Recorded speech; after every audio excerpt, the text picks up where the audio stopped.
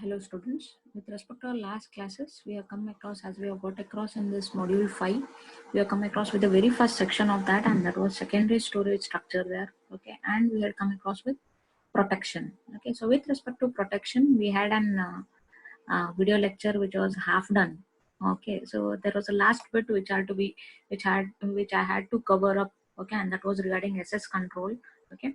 So with respect to our second video lecture on protection, okay, so it was all regarding SS matrix designing, implementation of a SS matrix, okay. So this is just a review I'm telling you so that we will connect it with today's class, okay. So followed up with that is your SS control, okay. So what's this SS control is, every file, it can be or else a directory, are assigned with different types of users there, okay. They can be owner, group, or else there can be any other users, okay. For each of them there will be different SS permissions which are being given now, okay. So this is what we are discussing across here, okay, regarding SS control, okay. SS control information is assigned to different for group members, different for owner, okay, different for other users there, okay. So I use out with a term called as privilege there, okay. Privilege is right to execute a system call or use an option within a system call there. It can be assigned to processes, okay, users, assigned roles granting access to privileges and programs, okay. It enables the role via password to gain its respective privilege there, okay. It is something like, you can just go across, it's a user, okay. User one has two privileges here. For one of the file, that particular user can be the owner. For another, that particular person can be a group member. So what will he do? He will take or else execute this particular process, taking across with role one privileges there, okay. So role one privileges are different with respect to, and whereas with one of the privilege he'll be acting across on a process, and one more process he'll be acting across with a different one, okay. Let it be your Solaris 10, okay, or else your Linux, okay. So it provides a role based SS control there, okay. That is implement the least privilege there, okay. This facility revolves around the term called as privilege. As I just now said to you, privilege is nothing but a right to execute a system call or to use an option within the system call, okay. So these privileges can be assigned to processes, okay. So ultimately limiting the type or as the number of times it has to be assigned there. Users are assigned roles or can take a roles based on the passwords, okay, which can be to those respective roles there, okay. The implementation of these privileges decreases the security risk associated with it, can be super users or else set user, okay.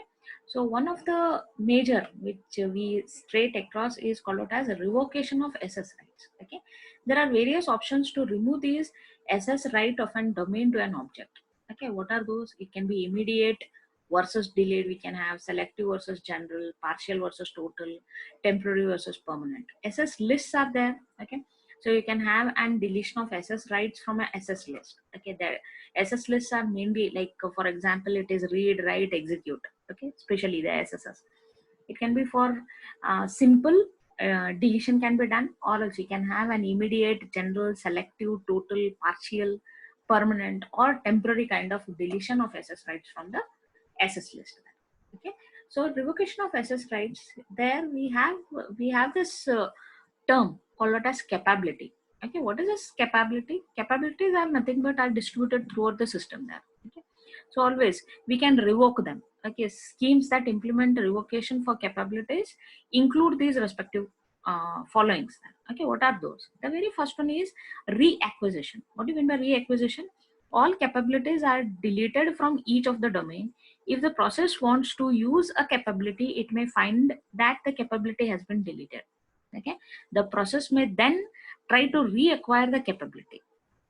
If SS has been revoked, the process will not be able to reacquire the respective capability there, okay. It's a periodic delete with require and denial whenever revoked there, okay. Whenever you are revoking it, at that time there can be a deletion of it, or else denial can be there, and these all a set of things there. The second one is back pointers. What do you mean by these back pointers? These are nothing but a list of pointers, like wherein it's maintained by every object there, Okay, so every object, what is the use of these pointers is it will be pointing to all the capabilities associated with that particular object. When revocation is required, we can follow these pointers, okay, by changing the capabilities as and when necessary.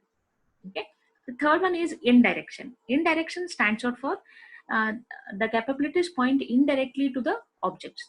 Each capability points to an unique entry in a global table, okay, which in turn points to the object. We implement revocation by searching the global table for the desired entry and deleting it. Okay, delete the entry from the global table and not select it. Next comes is keys. Okay, what are these keys? There are unique bits, okay, associated with capability, which is generated when capability is created. We can have master keys. Okay, master key is the one which matches with almost all the SSS there. Else we can have revocations. Okay, revocations are nothing but you can create a new master key. Okay, one more is policy decision of who can create and modify the keys there. Okay, who can be the owner. So this is with your revocation there. And the last section, capability based system. Okay, so there is a survey of two capability based protection based systems. Okay, one is with an example called out as Hydra.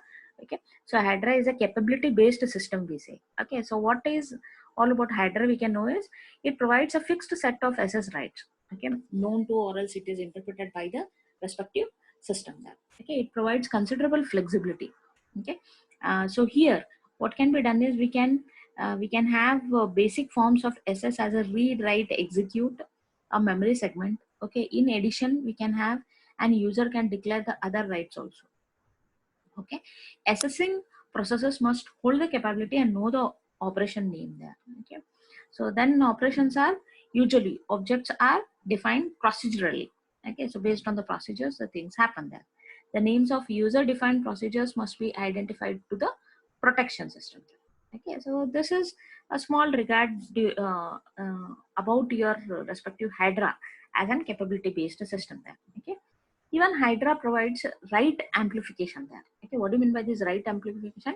It's nothing but it allows a procedure to be certified as trustworthy to act on a formal pattern of a specified type on behalf of any process that holds a right to execute the procedure.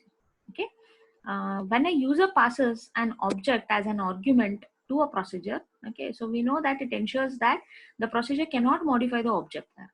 We can implement this restriction readily by passing an SS right that does not have these modification rights there. Okay, so it solves the problem of mutually suspicious subsystems. It includes library of pre-written security routines and all those things. One example is Hydra, and the second example is Cambridge CAP system. Okay, so this is, we can say that it's a different approach. Okay, and it is quite similar, or else you can call it out as simpler. Okay, then compared to Hydra, but it is very quite powerful. Okay, it provides two capabilities here. One is data capability. Okay, it can be used to provide access to objects, but the only rights provided are the standard ones, that is read, write, execute to the individual storage segments. Okay, and one more is software capability. So this is wherein interpretation left to the subsystem through its protected procedures. It only has access to its own subsystem. Okay, programmers must learn principles and techniques of protection. Okay, this completes your protection as a section there. Okay, so we'll shift across with the next one which I have to cover, and that is with respect to your Linux system there. This is your last coverage of your module 5. Okay, so that is regarding your Linux as a system there. Okay, so here little bit it's a case study, so that's why you'll be profounding that I'm reading the slides or something there, but there is no other alternative way apart from this. Okay, we will study regarding Linux system. It is, we are coming across with all these set of things there. Okay, till inter-process communication. Okay, so let us come across, this is a history of your Linux. Okay, it says that it happens to be modern free operating system based on Unix standards. It was the first developed as a small, okay, but it is self-contained kernel, and it was introduced in 1991. Okay, its history as one of the collaboration by many users from all around the world there. Okay, it has been designed to run efficiently and reliably on common PC hardware there. Okay, the core Linux operating system, okay, kernel is entirely original, okay, but it can run much existing free Unix software there. Okay, Linux system has many varying Linux distributions, including the kernel, applications, and the management tools. Then regarding Linux kernel, okay, there are many versions there. Okay, in that version 0.01, okay, which was introduced in May 1991, had no networking. Okay, ran only on 8386 compatible Intel processors and on PC hardware. Okay, had extremely limited drive support and supported only the Minix file system there. Okay, Linux 1.0 was introduced. That was with March 1994. It included major things. Okay, like TCP/IP was introduced there. Okay, BSD compatible socket interface was introduced. Okay, device driver support was introduced. Okay, support for range of SESI controllers for high performance disk access was introduced. Version 1.2 was introduced in March 1995. Okay, it was a final PC only Linux kernel. Okay, kernels with odd versions numbers are development kernels, and those with even numbers are what do you say, production kernels. Okay, so that came in across with your Linux 2.0, that was with a version. Okay, it was released in June 1996. 2.0 added two major capabilities there. One was it supported multiple architectures, including a fully 64-bit alpha port there, and one more support for multi-processor architecture was given. Few more other features were added to it, that is improved memory management code, TCP/IP performance was introduced, improved there. Okay, support for internal kernel threads was introduced. Okay, standardized configuration interface was introduced. Okay, it was available for Motorola 68000 okay series processors. These are few of the things which you should know regarding this particular version. Okay, it was 2.4 and 2.6 increased SMP support there. Okay, it provided journaling file system, preemptive kernel. Okay, 3.0 was introduced in 2011. Okay, that was the 20th anniversary of Linux. Okay, wherein we have virtualization support was introduced here. Completely fair scheduler was introduced. Okay, a write back facility, improved memory management, all these things were introduced in 3.0. Okay, now let us speak about Linux systems. Okay, Linux uses many tools, as we know, and we call it mainly as Berkeley's BSD operating system. It is Berkeley Software Distribution Operating System. Okay, it provides a free software foundation GNU project. The main system libraries were started by a GNU project with improvements provided by the Linux community. Linux networking administration tools were derived from 4.3 BSD, and recent BSD derivatives such as FreeBSD have borrowed code from Linux in return. Okay. File system hierarchy standard document maintained by the Linux community to ensure compatibility across the various system components. Okay, these are some few facts about your Linux system. With respect to our Linux distributions, as we know that there are many distributions which are being covered across by the Linux, as it happens to be open source there. Okay, standard pre-compiled set of packages or distributions, including basic Linux system there, system installation, then management utilities, ready to install packages of common Unix tools. Okay, the first distribution managed these packages by simply providing a means of unpacking all the files into appropriate places there. Okay, then there were distributions like Red Hat, Debian, Canonical, SUSE. There were all the other Linux distributions. Okay, then as it comes across with licensing across with a term called out as Linux. Okay, it's not for public domain, in that not all rights are waived there. Okay, it is distributed under general public license there, the terms of which are set out by a free software foundation there. Okay, it can sell distributions but must offer the source code. Okay, that's with your Linux what is the licensing there. There are certain design principles. Design principle says that Linux is a multi-user multitasking system there. Okay, and with a full set of Unix compatible tools there. Its file system adheres to traditional Unix semantics. Okay, main design goals are speed, efficiency, and standardization. Linux is designed to be compliant with the relevant POSIX documents, and at least two Linux distributions achieved official have achieved official POSIX certifications. Okay, the Linux programming interface adheres to SVR4 Unix semantics there, rather than BSD behavior. Okay, components of a Linux system. So, what are the components? Major components of a Linux system are system management program, user processes, user utility programs, compilers, okay, system shared libraries, Linux kernel, loadable kernel modules. Okay, so what are these now? Okay, so kernel is nothing but is responsible for maintaining the important abstraction of the operating system. Okay, kernel code executes in kernel mode. Okay, with full access to all the physical resources of the computer. All kernel code and data structure are kept in the same single address space. Okay, the system libraries. The system libraries define a standard set of functions through which applications interact with the kernel and which implement much of the operating system functionality that does not need the full privileges of kernel codes. Okay, kernel code.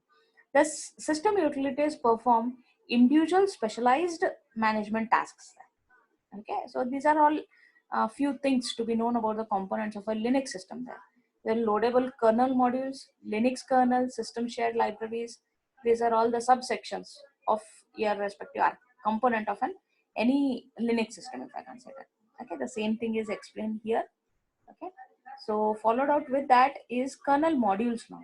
These kernel modules are divided majorly into these subsections there. What are those? One is module management, driver registration, and conflict resolution. Okay, so whenever I speak regarding a kernel module, it can be implementing a device driver, a file system, or as a networking protocol. Okay, so there are four components which are taken across here. Okay, what do you mean by module management is it's the one which supports loading modules into memory and letting them talk to the rest of the kernel. Okay, module loading is split into two separate sections. Managing sections of module code in kernel memory, handling symbols that modules are allowed to reference. Okay, the module requester manages loading requested but currently unloaded modules. Okay, it also regularly queries the kernel to see whether a dynamically loaded module is still in use. Okay, it will check out whether it is still in use or else you have to unload it. Okay, when it is no longer actively needed. Okay, then comes the second one is driver registration. What is this driver registration? Okay, it allows modules to tell the rest of the kernel that a new driver has become available. Okay, the kernel maintains dynamic tables of all the known registers there, of all the known drivers. Okay, and provides a set of routines to allow drivers to be added to or removed from these tables at any time.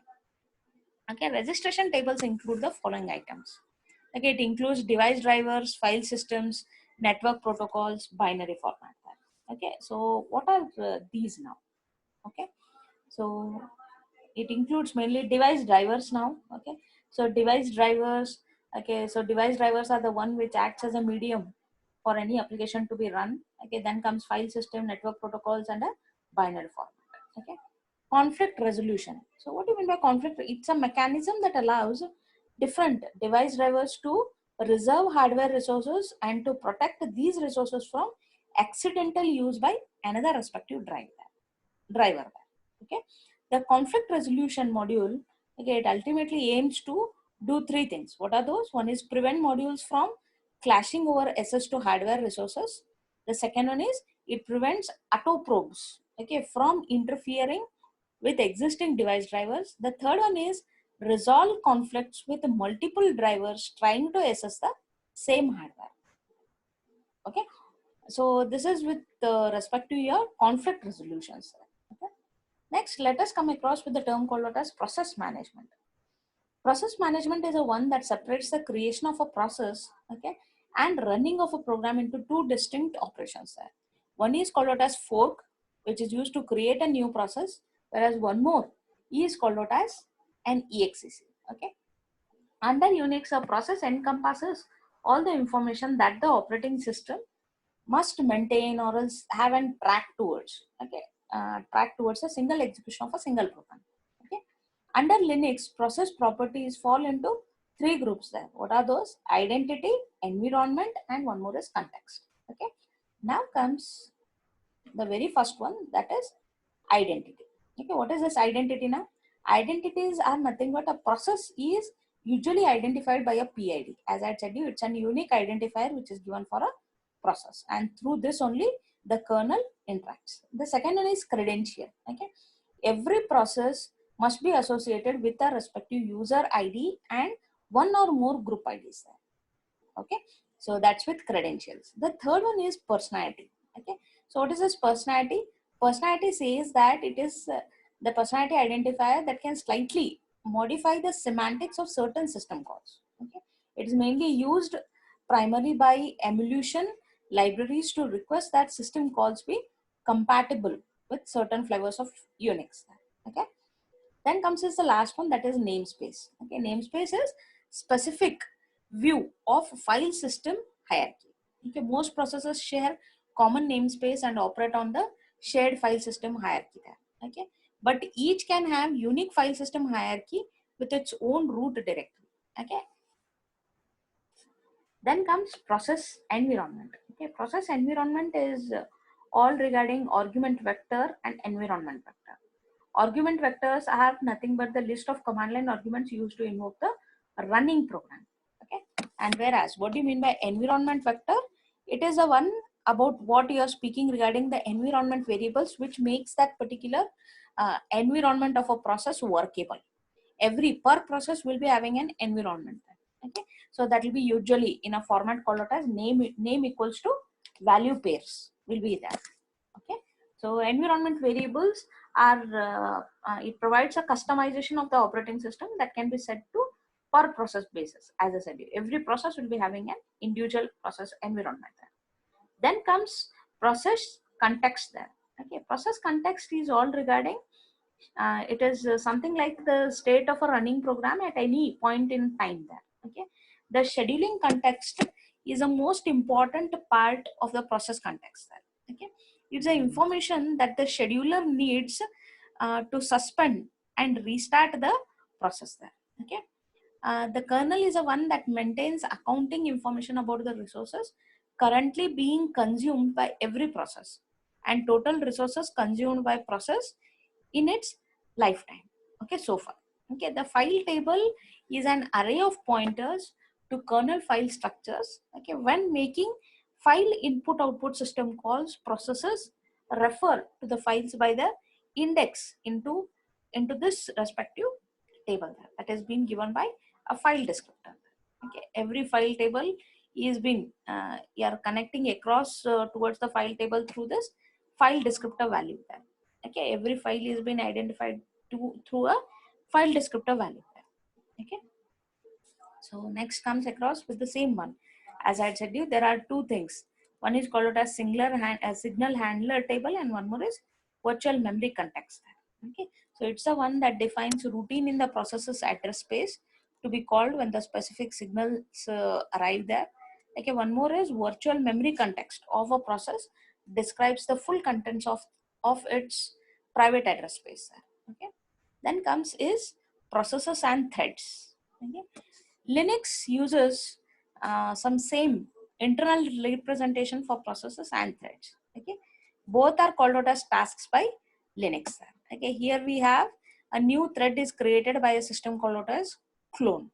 Fork is the one which creates a new task, whereas clone is the one which creates a new task with its own identity, but that is allowed to share the data structure of its parent. Okay, using clone. Okay, these are the flag values, and each of the value has a certain meaning there. Clone underscore fs says file system information is shared. Okay, underscore vm says same memory space is shared. Okay, underscore sighand says signal handlers are shared. Underscore files says a set of open files is shared. Okay, then comes scheduler. This is our important consideration here, as we know that scheduling happens here. Okay, scheduling happens with respect to all the operating system. Now how does Linux behaves with these scheduling there? The job of allocating CPU time to different tasks within an operating system. Okay, while scheduling is normally thought of as the running and interrupting of process, In Linux, scheduling also includes the running of various kernel tasks. Okay? Running kernel task encompasses both the tasks that are requested by a running process and tasks that execute internally on behalf of a device driver. Okay, there's a new scheduling algorithm, as you all have learned now. Okay, that is preemptive, priority based, and all those things. Along with that, you have one more that's called it as completely fair scheduler. There.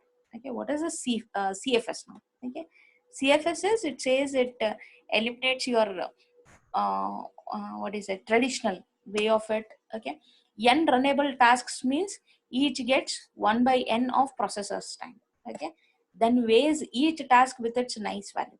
Smaller nice value, higher is the priority. Okay, so wherein it is it's a one where each task run with for time proportional to tasks weight there. Okay, divided by total weight of the runnable tasks. Okay, these are few things how your CFS works there. Okay, if there are 10 runnable tasks, each runs for 1 millisecond. Okay, then comes kernel synchronization. A request for kernel mode execution can occur in two ways. One is a running program may request it, else the second one is a device driver may deliver a hardware interrupt. Okay, okay, just a second. Where it went suddenly.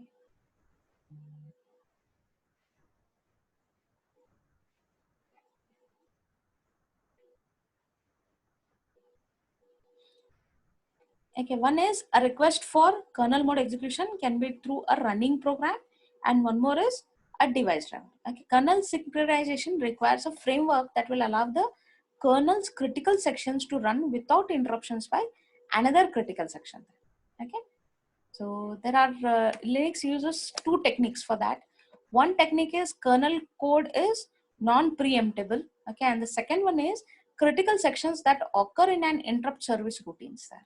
Okay, one is if there is a single processor, disable the kernel preemption. One more is enable kernel preemption. Okay, when it comes across with multiple processors, we are acquiring locks there. Okay, acquiring spin locks or else a release of spin lock. This will deal with this term called as synchronization. Okay, so it's almost like till now whatever you guys have studied, all of them we are taking with a case study and we are doing it. Okay? It provides spin locks, semaphores, reader writer versions of locks. Okay, these all things are being provided, as it can be considered as your second type, second technique which can over deal with the synchronization. Okay, the same one with an continuation, it's been given as interrupt service routines are separated into top half and bottom half, sir. Okay, top half is normal interrupt service routine and runs with recursive interrupts there. Bottom half is with all interrupts enabled by a miniature scheduler. Okay, you can just see here, these are top half interrupt handlers, these are bottom half interrupt handlers. Then I have kernel system service routine, then comes user mode programs there. Okay, preemptible, increasingly priority. Okay, the first priority is goes accordingly like this. Okay, first user mode programs, then kernel system service routines, then you have bottom half interrupt handlers are divided into two different. Okay, each level may be interrupted by code running at a higher level, but will never be interrupted by code running at a same or at a lower level. Okay, so then let us come across with one more term called as symmetric multiprocessing. What is this? Okay, it supports symmetric multiprocessing here. That is wherein it separates processes or threads which can execute in parallel or separate processors there. Okay, it provides with a version 2.2, okay, which provides the kernel's non-preemptible synchronization requirements there. Okay, and now later releases whatever are there with version 3, okay, it adds more fine-grained locking, processor affinity, and load balancing along with that particular version. So with this, let us come across to know regarding how is a memory being managed with respect to Linux. Okay, Linux physical memory management system deals with allocating, freeing of the pages, group of pages, or small blocks of memory. Okay, it splits ultimately the memory into 4 different zones. Okay, due to hardware characteristics. Okay, architecture is specific with 8086 there. Okay, that's with 1086. Okay, so you can just come across these are the zones. Zone underscore DMA normal high mem. DMA is dynamic memory allocation, wherein anything below 16 MB, okay, in with respect to your physical memory is been taken across with a zone called out as DMA. Zone normal is 16 to 896 MB. Above 896 MB is high memory. Okay, so how do you manage the physical memory? Okay, the page allocator allocates and frees all the physical pages there. It can allocate ranges of physically contiguous pages on request. Okay, the allocator uses a buddy heap algorithm to keep track of available physical pages there. Okay, how does that continues with the process is each allocatable memory region is paired with the adjacent partner. Whenever two allocated partner regions are both freed up, they are combined to form a larger region there. If a small memory request cannot be satisfied, then ultimately existing small free region is being handed over. Okay, will be the larger will be subdivided into two partners there. Okay, so usually managing a physical memory uses slab allocator there, okay, for kernel memory, and it uses cache pages and virtual memory system to manage the physical memory. Okay, it's something like I have my 16 MB, it is 16 KB, it's been divided into 8 KBs, 8 KB, and again I divide this 8 into other. Okay, building heap there. Okay, slab allocators are nothing but kernel objects. I have 3 KB objects, each of them I make use of cache and I create slabs of them. 7 KB I create them into 3 different kernel objects. Okay, I use across with 3 kernel objects, and these uses caches there. Both of these caches are connected with these slabs now. Okay, these are my slabs, individual slab allocator with respect to Linux there. Okay, this is a physically contiguous pages which are being created.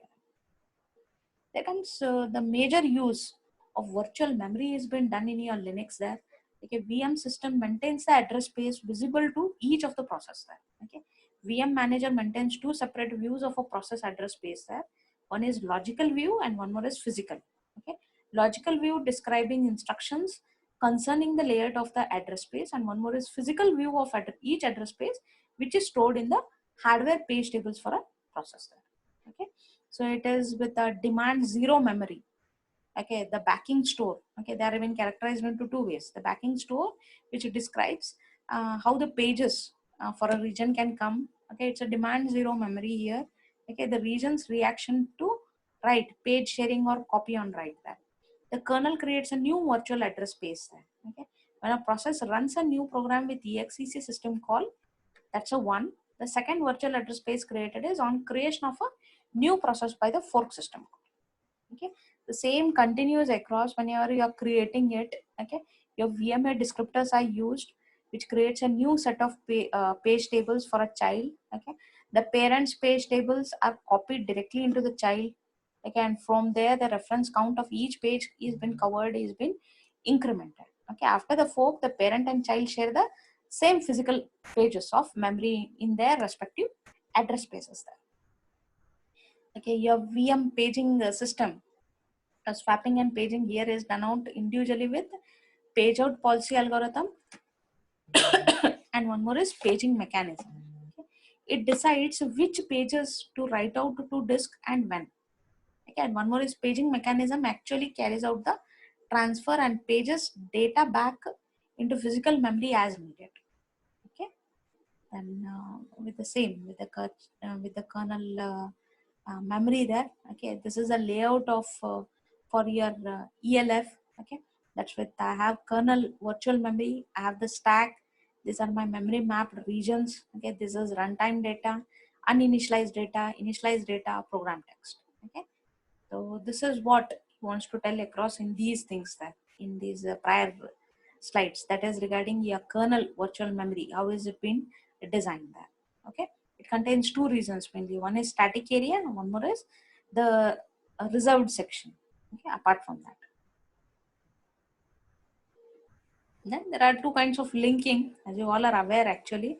One is static and one more is dynamic. Okay, statics are nothing but where library functions are embedded directly and programs executable binary file is statically linked to its libraries there. Okay, the main disadvantage of this is that every program generated must contain copies of exactly the same common system there. Okay, whereas dynamic linking says that it's more efficient in terms as compared to physical memory and disk space usage there. Okay, because as and when it is needed, it will be loaded there. Okay, so it implements dynamic linking in user mode using a special linker library there. Okay, it maps the link library into memory. Okay, maps libraries into middle of virtual memory and resolves references to symbols contained in the libraries. Okay, shared libraries compiled to the position independent code. Okay, so lastly comes across with your file system there. How a file system is managed in Linux. Okay, Linux file system appears as a hierarchical directory tree here. Okay, as in previous classes also we have come across a set of definition that define what a file object is allowed to look like. Okay, it will be the one, it will be represented through an inode object. Okay, that's a structure that represents an individual file. File object that represents an open file. Super block object that represents the entire file system. D-entry object represents an individual directory entry. Okay, so it's like these are system calls. Okay, open is a system call. Whenever there's an opening of a file, this is a API which is run in background. Read, wherein you are reading from a file. Write is where you are writing onto file. mmap is where memory mapping to a file has been considered. These are all the APIs which are being run to make these functions possible. Okay, so similarly I have ex3 is a standard on disk file system for Linux there. It's an advanced version towards your Linux file system there. Okay, the work is underway on ext4, adding features like extends there. Okay, so this is all regarding your ext3 file systems there. Okay, so this is with ext2fs. Okay, wherein it says allocating scattered free blocks is done here. Okay, so what does it happens across here is the more changes which goes across it allocates continuous free blocks there. Okay, these are your blocks selected by an allocator. Okay, this is block in use. These are free blocks. This is a bitmap search which is going across. These are bit boundaries, and wherein I have thick vertical lines, these are byte boundaries. As and when the changes there, okay, your bits changes, so ultimately the block usage will also be changed there.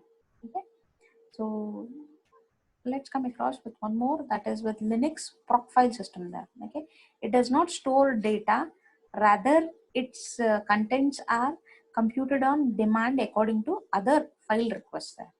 Okay, so proc must be implemented in a directory structure.